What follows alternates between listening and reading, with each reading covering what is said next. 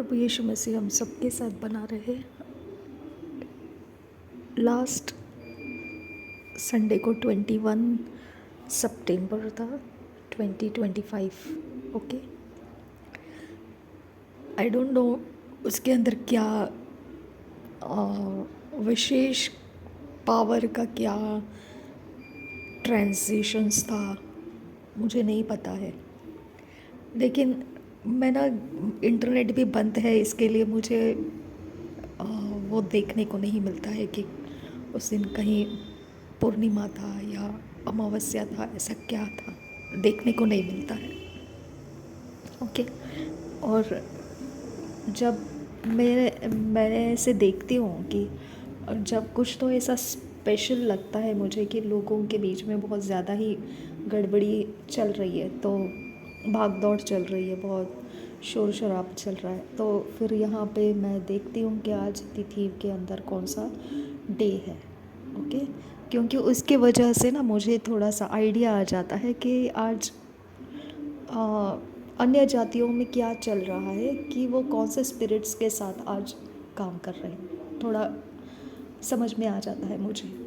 और फिर मैं ना थोड़ा सा रिलैक्स रहती हूँ, क्योंकि मुझे पता है कि अच्छा, तो आज का ये स्पिरिट इनका एक्टिव है, तो इनका बिहेव्स ऐसा रहने वाला है। नहीं तो मुझे कंफ्यूज हो जाता था पहले कि ये लोग ऐसे बिहेव क्यों कर रहे हैं। तो जब ऐसा कुछ मुझे मालूम पड़ जाता है कि आज का डेट कौन सा है, आज का तिथि कौन सा है, और लोग आज क्या कर रहे हैं, तो मुझे मालूम पड़ जाता है, तो मेरा थोड़ा सा उनके ऊपर का अटेंशन लूज़ हो जाता है। मैं रिलैक्स हो जाती हूँ कि मैं समझ जाती हूँ, ओके ये ऐसे है आज का, तो ये ऐसे आज चलने वाला है इनके साथ। 21 सितंबर को क्या था मुझे नहीं पता, क्योंकि मेरा इंटरनेट बंद है, तो मुझे पता नहीं कब अमावस्या होकर गई, कब पूर्णिमा होकर गया। मैं जैसे अंधे की तरह ओके, जस्ट कुछ चेंजेस लग रहे थे, कुछ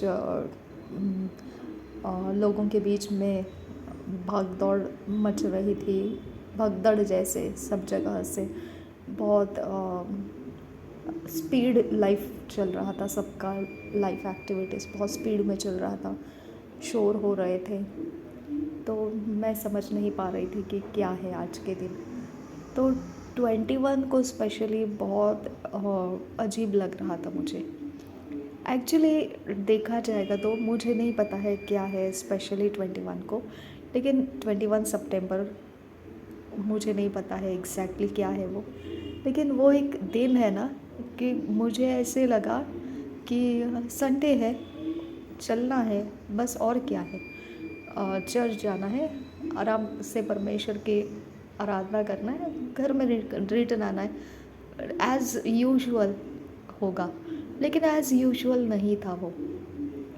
ओके, उसके अंदर ऐसे ऐसे अजीब घटनाएं हो गई ना, तो मेरी समझ के बाहर था कि ये एग्जैक्टली हो क्या रहा है।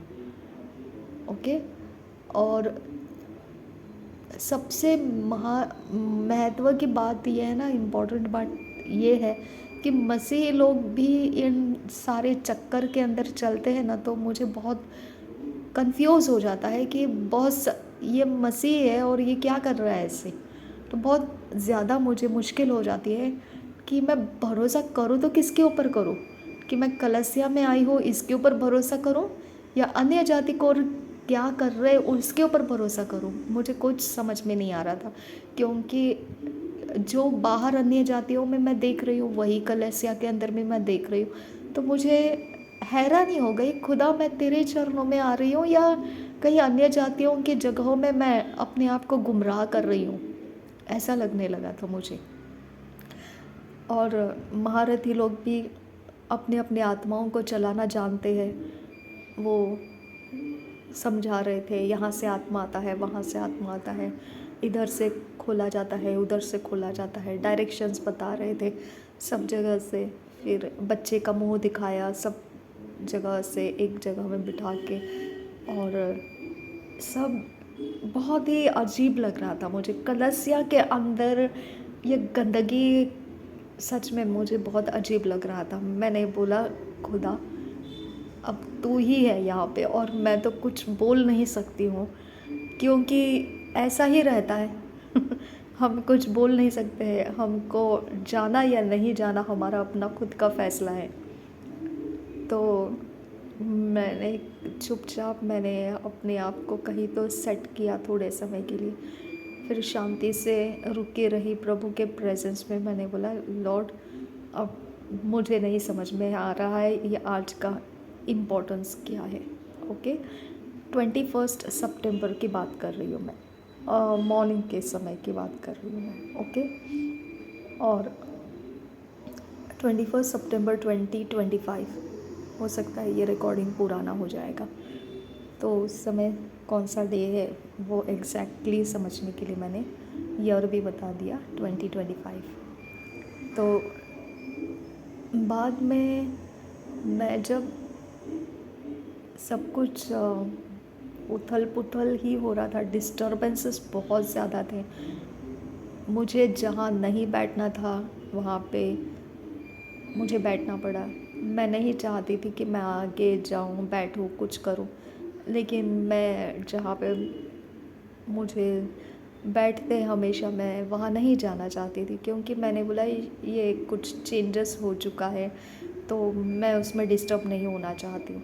लेकिन फिर किसी के साथ मैंने बोला ठीक है, कोई बात नहीं है, चलो हम जाएंगे आगे। फिर मैं आगे निकल गई, आगे जाकर बैठी। लेकिन वहाँ का भी एटमॉस्फेयर ये देखा मैंने कि जहाँ पर मैं हमेशा बैठती हूँ वहाँ पर एक संडे पहले मुझे एक एक चीज़ सामने आ गई कि किसी ने मुझे पीछे धक्का दिया, पीछे हटाया। ओके, और वो दोनों एक दूसरे को इशारा करके बोल के फिर बाद में मुझे पीछे धक्का दिया कि मैं पीछे हटते जाऊँ।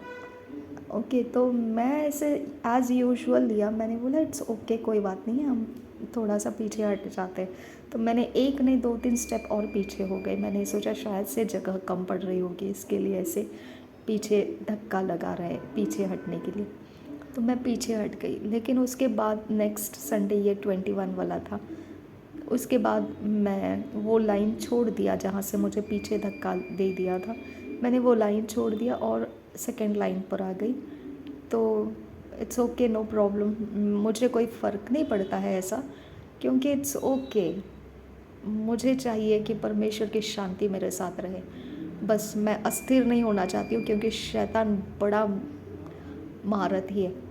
वो ऐसा करता है ना कि इंसान को डिस्टर्ब करता है, डिस्टर्ब करने के बाद अटैक करता है। तो इसके लिए मैं कभी भी डिस्टर्ब नहीं होना चाहती हूँ। मैं ये देखती हूँ ना कि परमेश्वर तू है मेरे साथ, बस मुझे समझ में आए कि तेरा प्लान मेरे लिए क्या है आज, बाकी गया भाड़ में, बोलते हैं ना वैसा। तो वैसा ही मैंने भी अपने माइंड को सेट करके रखा कि परमेश्वर तू जो चाहता है वो मेरे माइंड को कनेक्टेड रहे, क्योंकि मैं तेरी ओर से कुछ सुनना चाहती हूँ कि मैंने आगे का क्या करना है।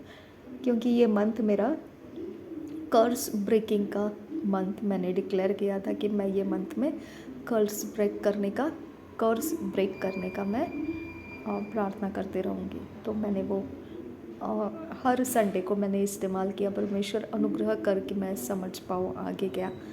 तो नेक्स्ट और कुछ दिन बाकी है, तब तक क्या करना है, कैसे करना है आगे।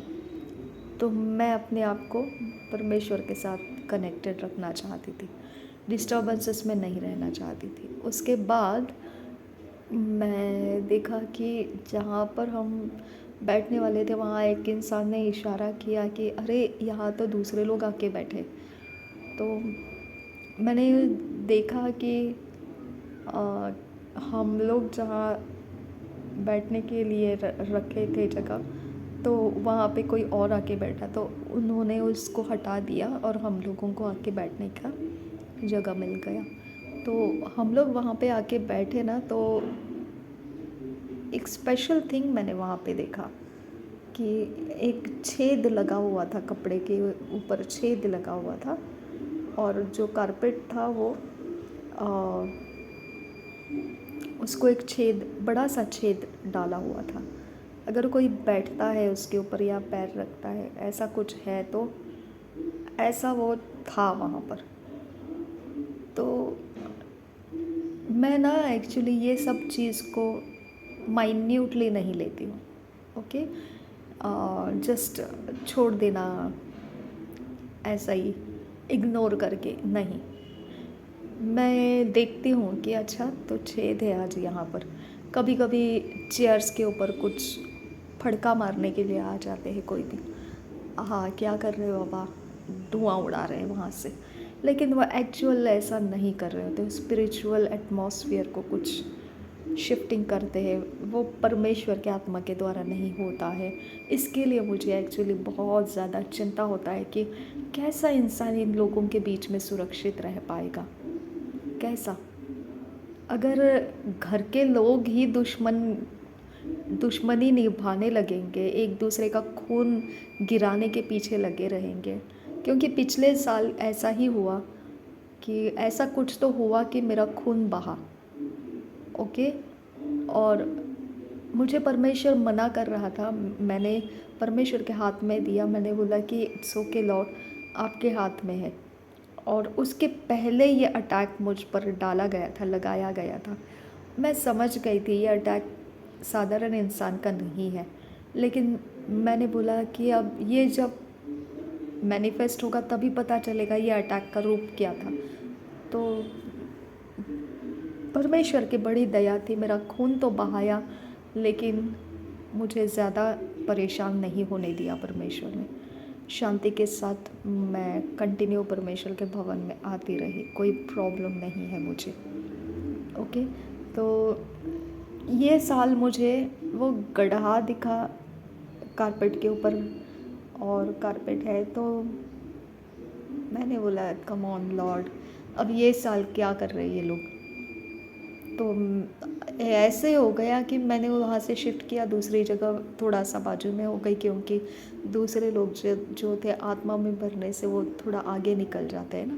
तो इसके लिए मैंने क्या कर दिया, उस जगह को उनको फ्री करके दिया कि वो लोग आगे निकल जाए। तो वो लोग ही वहाँ पर आकर बैठ गए। फिर बाद में मैं शिफ्ट हो गई, थोड़ा अंदर के साइड में चली गई, वो जगह से थोड़ा अंदर की तरफ चली गई। फिर मैं घर में आई। मैं ये सारी चीज़ें आपको इसीलिए बता रही हूँ क्योंकि अफेक्ट करता है ये चीज़ें, ओके, अफेक्ट करता है। और पिछले साल मुझे अफेक्ट किया ये चीज़, तो इस साल मैं नहीं जानती हूँ इसके साथ कैसे निपटना है। लेकिन घर में आई एज़ यूजुअल, मैंने अपने आप को फ्रेश किया, रेस्ट दिया, आराम से रही। और ड्रीम आया मुझे। जब ड्रीम आया तो वो ड्रीम ऐसा था कि एक लकड़ी का वही कारपेट था, लेकिन लगने में, दिखने में वो लकड़ी जैसे लग रहा था। एक टुकड़ा था, एक रेक्टेंगल में एक टुकड़ा था, चौकोन नहीं था, रेक्टेंगल में। और सेम छेद था उसके ऊपर, उतना ही छेद था जितना मैंने उस कारपेट पे देखा था। तो अगर वो कारपेट को मैं देखती हूँ तो मुझे पता है वो कारपेट है, लेकिन कोई और देखेगा तो उसको लगेगा वो लकड़ी है, ओके। वो सेम पीस मुझे ड्रीम में दिखाई दिया। और जब ड्रीम में देखा मैंने उस सेम पीस को, ये बात संडे को ही मुझे ड्रीम नहीं आया, मंडे को आया ये ड्रीम, ओके। क्योंकि मैं सोचा परमेश्वर इसके बारे में कुछ बताइए, कुछ मैं सही नहीं समझ रही हूँ इसके बारे में। तो और मैंने परमेश्वर के हाथ में छोड़ दिया था और मुझे वो ड्रीम आया। उसके बाद वो ड्रीम आने के बाद ऐसा हो गया ना कि मैंने देखा वही कारपेट, लेकिन ना रेक्टेंगल पीस था वो, और उस पीस के ऊपर वो छेद किया हुआ था। जितना वो छेद मैंने वहाँ बैठने की जगह पे देखा था, उतना ही छेद इसके ऊपर था। और मैंने देखा कि इनविजिबल रियाम में मैं वहाँ पर खड़ी हूँ, यानी हो सकता है मेरा स्पिरिट रियाम हो सकता है या सोल रियाम हो सकता है, लेकिन फिज़िकली मैं वहाँ नहीं थी। लेकिन स्पिरिट या सोल मेरा, मैं देख रही हूँ कि मैं वहाँ हूँ। मैं अपने आप को नहीं देख रही हूँ, लेकिन मैं फ़ील कर रही हूँ कि मैं उसके ऊपर खड़ी हूँ। देखने में तो वहाँ कोई इंसान नहीं था, ना मैं थी ना और कोई था, लेकिन फ़ील करने में मैं ये देख रही थी कि मैं उस पे खड़ी हूँ। और नीचे से कहाँ से महानदी जैसे रहता है ना, बड़े फ्लड के साथ, बड़े ज़ोर के साथ रोरिंग रिवर्स रहते हैं ना, जो बड़ी आवाज़ के साथ बहते हैं और फोर्स के साथ बहते हैं। जैसे बाढ़ का पानी आपने देखा होता, डैम जब खोल दिया जाता है तो कैसा फोर्स के साथ वो बहते हुए बाहर निकलता है, और उसके चपेट में जो भी आएगा वो अपने आप को कंट्रोल नहीं कर पाएगा, निकल जाएगा, वो उसके साथ किधर निकल जाएगा बोल नहीं सकते। ओके, और ज़िंदा भी नहीं बच सकता है उसके अंदर निकल गया तो उसमें कोई आशा ही नहीं है, फिर ख़त्म है, बात ही ख़त्म है, वहाँ पर कोई सोचने की ज़रूरत नहीं है। और मैं ये देख रही थी कि वो ऐसा ऊपर की ओर है वो कपड़ा, और लकड़ी के जैसा दिख रहा है वो, लेकिन वो लकड़ी नहीं था, वो कारपेट था और वो छेद था और नीचे से, और एक रेक्टेंगुलर में ही वो कटा हुआ था वो। उससे कारपेट तो बड़ा लंबा बिछाया जाता है ना, लेकिन ये पीस जो था ना, ये रेक्टेंगल का था, एक छोटा सा टुकड़ा था, और उसके ऊपर मैं देखती हूँ इनविजिबल रिया में वहाँ कोई खड़ा नहीं है, लेकिन मैं फील कर पा रही हूँ कि मैं अगर उसके ऊपर से गिर गई तो मैं तो गई, मेरे शरीर में इतना दम नहीं है कि मैं उसको, अपने आप को बचा सकूँगी। मैं अपने बॉडी के बारे में उस वक्त सोचा, इमेजिनेशन सोच के अंदर मैं ऐसे कनेक्ट हो गई वहाँ पे, और मैंने बोला लॉर्ड, अगर मैं इसमें गिर गई तो मैं तो अपने आप को बचा नहीं सकती हूँ, मेरे पास वो क़ुव्वत नहीं है कि मैं इसे बचाऊँ। और वो जो रेक्टेंगुलर पीस है उसको चारों तरफ से बांध भी नहीं है कि मैं उसके अंदर सुरक्षित दिखूँ, है ना, कि वहाँ के ना गिरो। और वो जो बह रहा था, फोर्स के साथ जो बह रहा था पानी, वो कहाँ से आ रहा था, किधर जा रहा था, दोनों तरफ नहीं दिखाई दिया मुझे, कहाँ से आ रहा है कहाँ जा रहा है कुछ नहीं दिखाई दिया। और लेकिन वो पीस उसके ऊपर था, हवा में था वो, और नीचे की तरफ वो पानी जा रहा था, ना उसको टच हो रहा था, लेकिन डिस्टेंस बहुत कम था। तो इसके लिए वो डिस्टेंस कम था और वो ऊपर की तरफ ही पीस था, और नीचे की तरफ से बाय फोर्स जा रहा है पूरा पानी, पूरा फोर्स। जैसा डैम खोलते हैं ना, आप कभी देख लेना, डैम खोलते हैं तो कैसा रशिंग पावर के साथ वो पानी बहता है वहाँ से, तो वैसा पानी। और वो पानी साफ़ पानी नहीं था, मिट्टी वाला पानी था, एकदम मिट्टी वाला भी नहीं था, हल्का सा हल्का सा धूल जैसा रहता है ना, जैसा क्लियर वाटर नहीं था वो, हल्का सा धूल मिलाया हुआ ऐसा था वो। तो इसके लिए ना मैंने बोला लॉर्ड, अगर ये चारों तरफ बांध भी नहीं है, अगर ज़रा भी मेरा बैलेंस गया तो मैं इसमें अपने आप को बचा नहीं सकती हूँ, और मुझे लाया क्यों तूने यहाँ पर। मैं परमेश्वर को पूछने लगी, लॉर्ड क्यों तू मुझे ऐसे परीक्षा में डाल रहा है, क्यों तू मुझे ऐसा परीक्षा दे रहा है।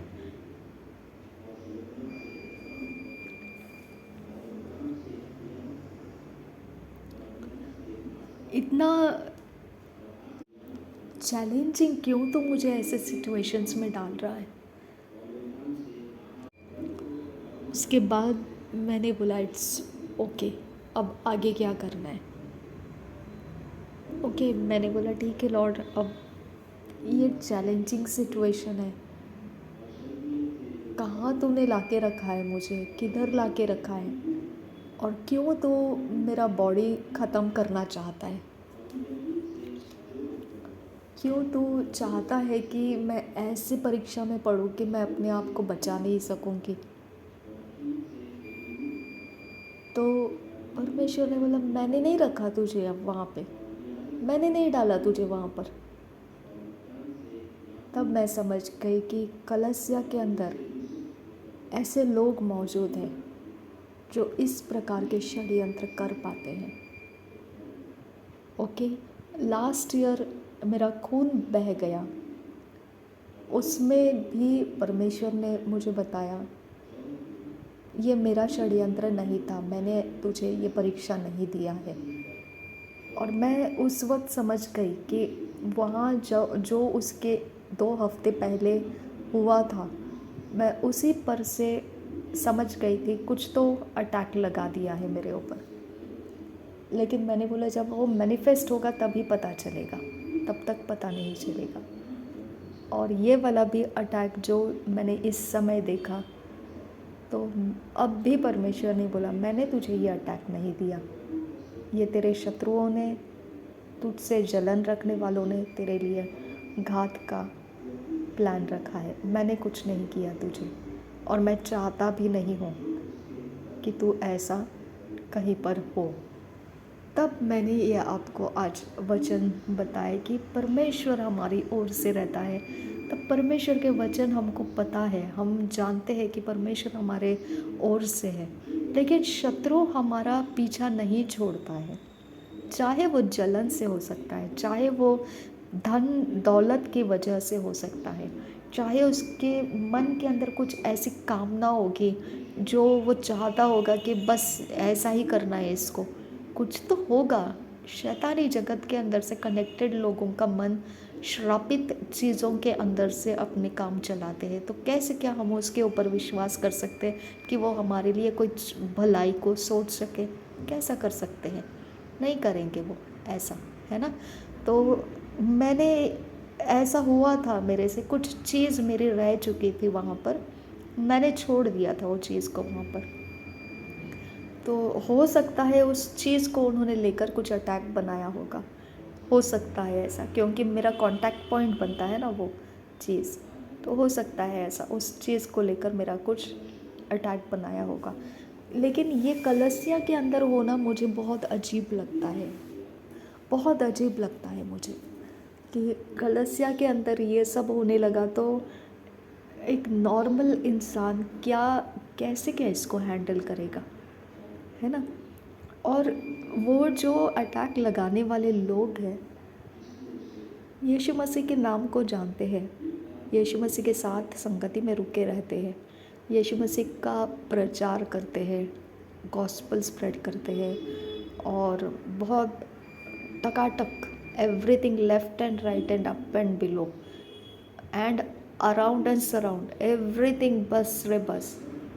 कोई उनको देखकर ऐसा ही बोलेगा वाओ, ओके। लेकिन ये अटैक कैसे क्या लगा पाते हैं वो लोग, ये बहुत मुश्किल है मेरे लिए समझना।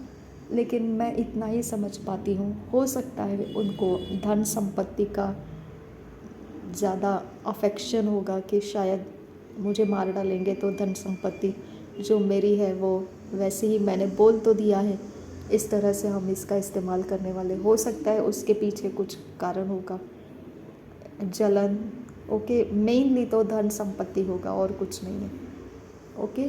तो मेरे लिए परमेश्वर के अलावा और कोई सहारा नहीं है, ओके। मेरा विश्वास का गढ़, रेफ्यूज परमेश्वर है, इसके लिए मुझे कोई ऐसा फ़िक्र करने की ज़रूरत नहीं है, मैं रहूं या ना रहूं, मैं परमेश्वर के साथ हूँ, बाकी गया भाड़ में, ओके। मेरे से बनता है तो मैंने घर को अपने नाम पर कर लिया होता, और मैंने जो जहाँ पर इसको दे देना है मैंने दे दिया होता, ओके। जब मेरे कंट्रोल में नहीं है, मैं किसी के साथ उधारी से पैसे लेकर या लोन लेकर मैं ये सब काम नहीं कर सकती हूँ, ओके। तो इसकी वजह से ये ऐसे ही लटका पड़ा हुआ काम है, इसका नेम ट्रांसफ़र होना चाहिए, तभी मैं जाकर परमेश्वर के काम के लिए कुछ कर सकती हूँ इसको लेकर। तो ये नहीं हो सकता है मेरे से अभी, जब तक मैंने बोला परमेश्वर को मुझे पेंशन रिलीज़ करके दे, मम्मी पापा की फैमिली पेंशन में मेरा नाम ऐड करके दे, तो जब तक वो नहीं होता है तो मैं इसके बारे में आशा नहीं कर सकती। और मैं निर्दोष हूँ इसके बारे में, मैंने तो डेडिकेट किया है, लेकिन परमेश्वर उसके मार्ग बनाना वो उसके और उसके हाथों में है। तो इस तरह से हो सकता है इस कारण वो लोग ये सोचते होंगे कि ये निकल जाए तो अच्छा है, फिर इसका कुछ ना कुछ तो हम लोग यूज़ करेंगे। तो ठीक है, कोई बात नहीं है, परमेश्वर उन सब के साथ है जिसने भी ऐसा प्लान किया है।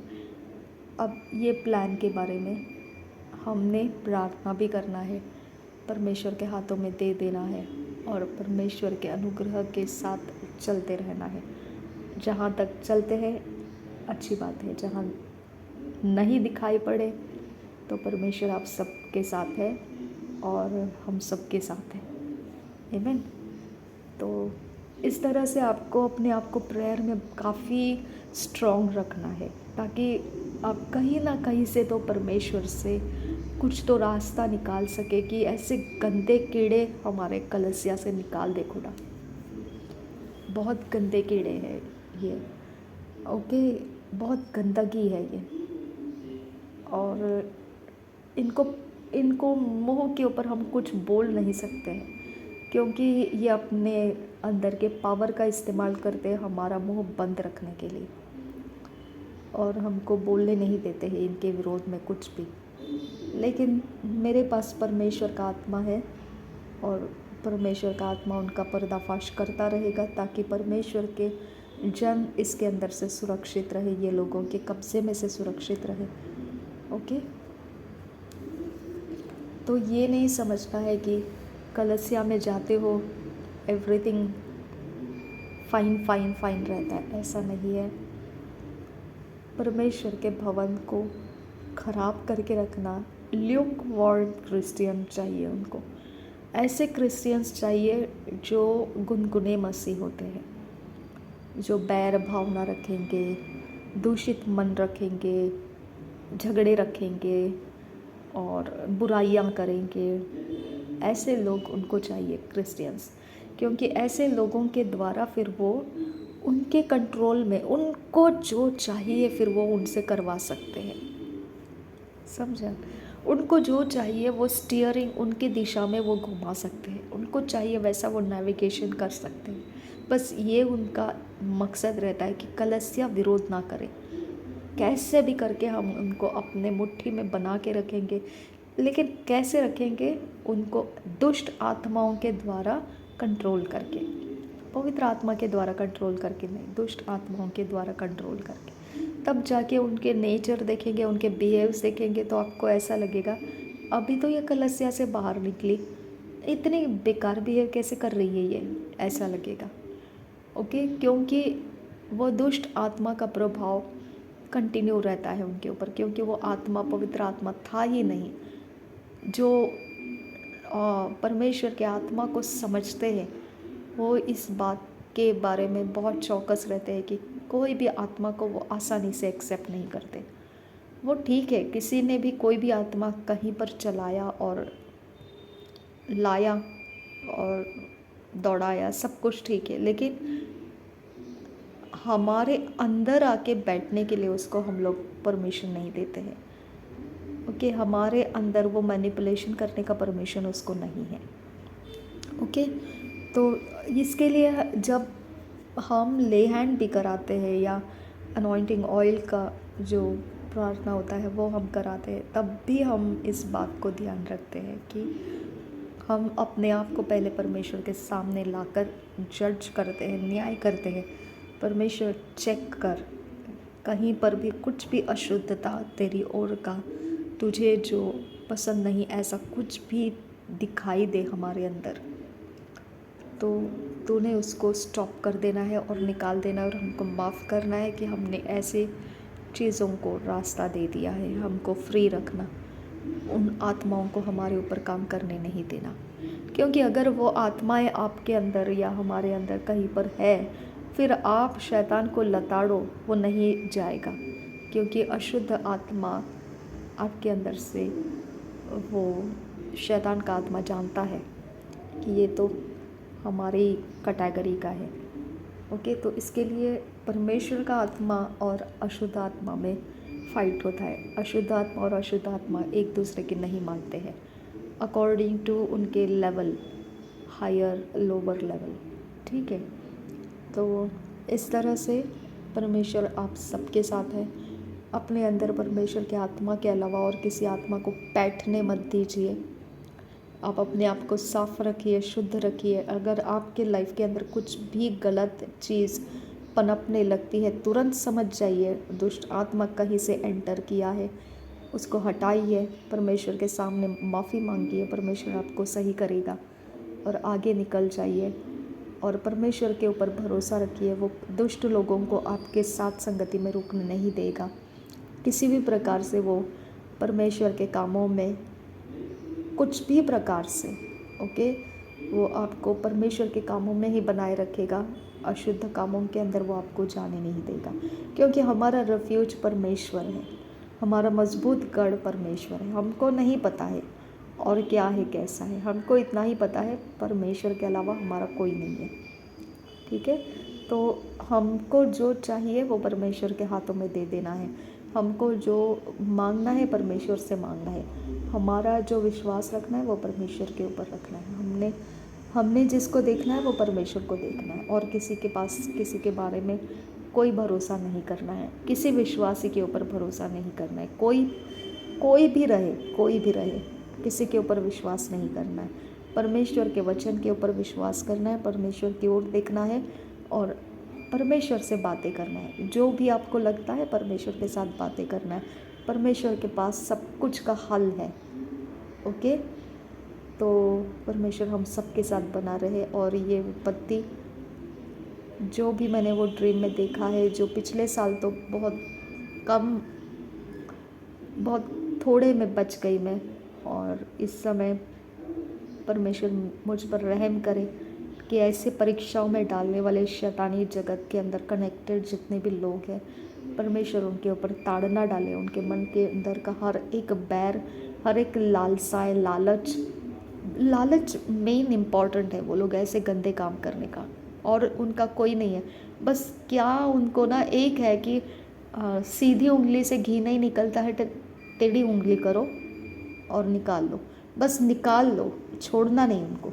ये है, अगर टेढ़ी उंगली से भी नहीं निकला तो डब्बा तोड़कर निकालो, लेकिन घी ले लो उसके ऊपर से। मरे हुए इंसान के ऊपर डाला हुआ घी रहेगा तो वो भी निकाल लो। उनको उससे मतलब है। प्रेशियस चीज़ जो उनकी आंख में अटक जाती है तो फिर वो उसको हासिल करने के लिए कुछ भी कर जाते हैं। बस उतना ही उनका मेन इम्पॉर्टेंट थिंग है। लालची लोग रहते हैं, वही लोग ऐसे गंदे काम करते हैं। ठीक है।